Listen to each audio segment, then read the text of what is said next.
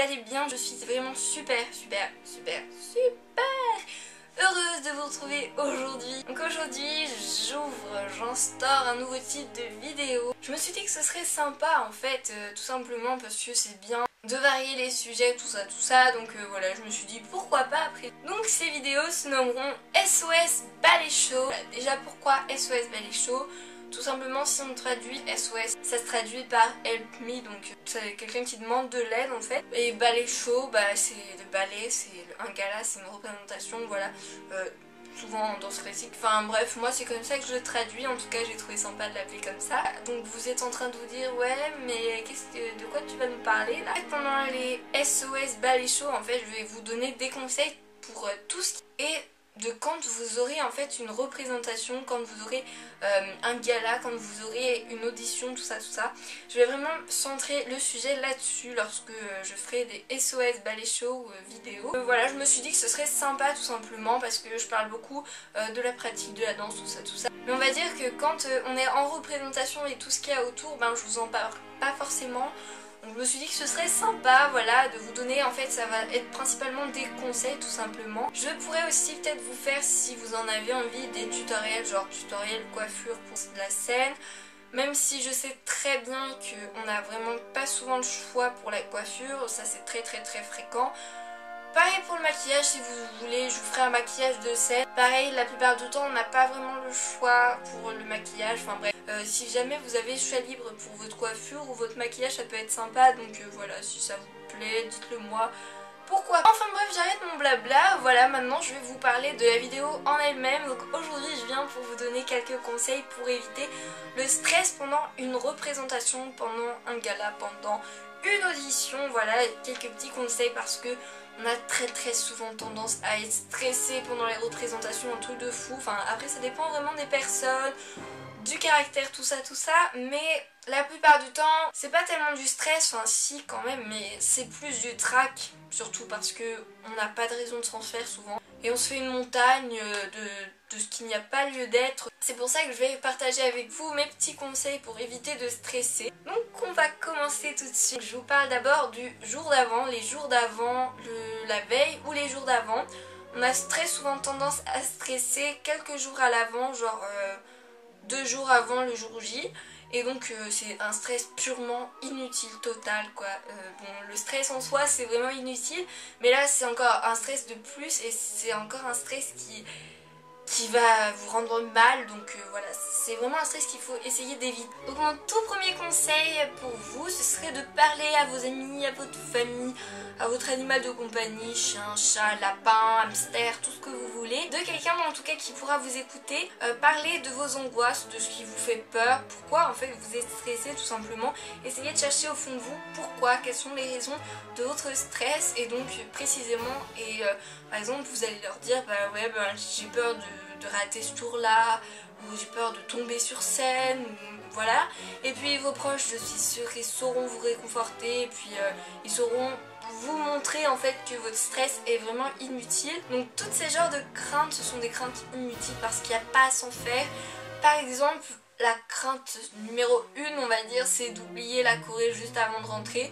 Ça peut même parfois vous arriver, mais je vous assure que le moment où vous allez franchir la coulisse pour rentrer sur scène, vous allez tout de suite vous rappeler de votre ballet, ça va être vraiment instinctif. Parce que je suppose que vous travaillez vraiment votre représentation depuis très longtemps, que ce soit une audition ou un ballet, et donc vous ne pouvez pas oublier d'un coup comme ça votre chorégraphie alors que ça fait des mois que vous travaillez dessus.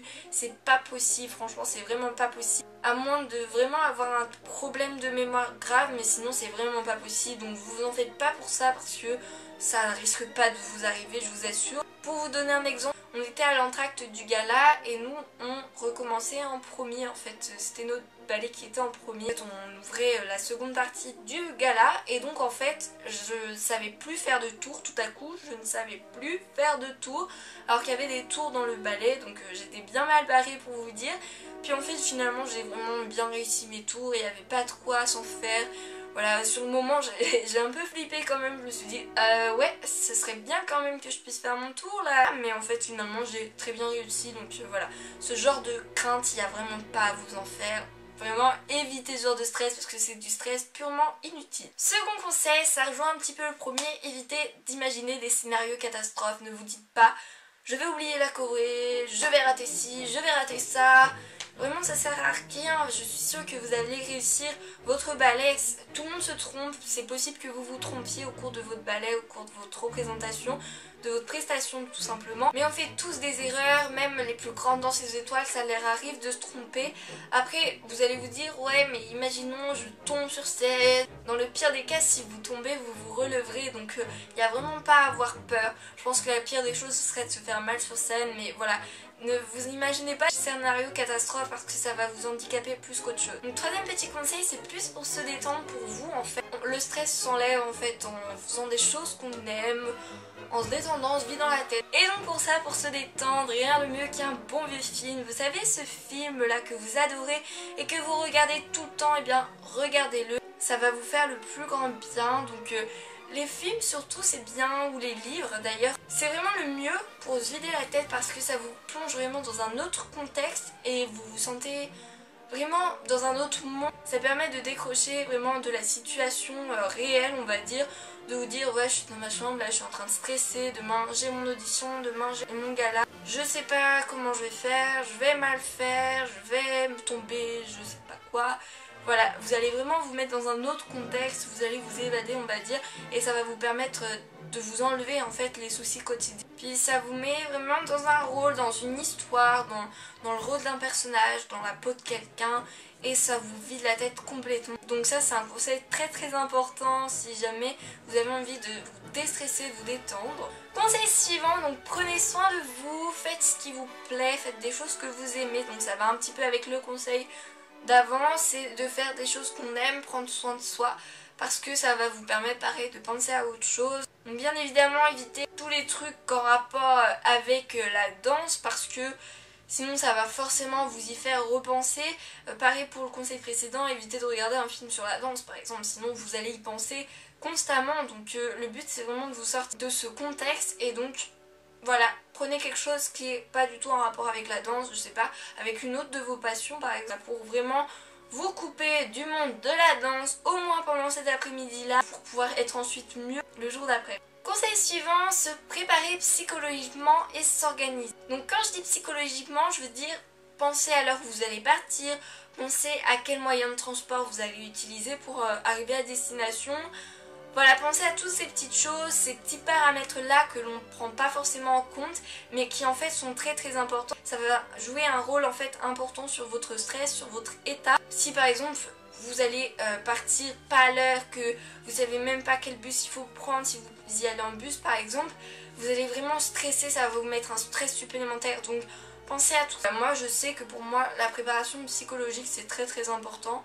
Donc voilà, organisez-vous et préparez-vous psychologiquement. Ensuite, ce conseil rejoint un petit peu le précédent. Préparez votre tenue et vos affaires à l'avance. Donc votre tenue, je ne sais pas si vous pourrez l'avoir en avance parce que perso, moi je ne peux pas, voilà. Mais si vous pouvez, faites-le, préparez votre tenue. Essayez-la bien évidemment si c'est pas déjà fait. Préparez vos affaires à l'avance, genre nécessaire à chignon, brosse, tout ça. Préparez tout à l'avance pour être sûr en fait de ne rien oublier et vous êtes tranquille, vous avez l'esprit tranquille. De requinquer et d'être frais, d'être bien le jour d'après. Donc voilà, couchez-vous tôt le soir, la veille du jour J. C'est très très très très très important, même si on ne veut pas l'avouer. C'est important. Dernier conseil pour les jours d'avant, donc se coucher tôt.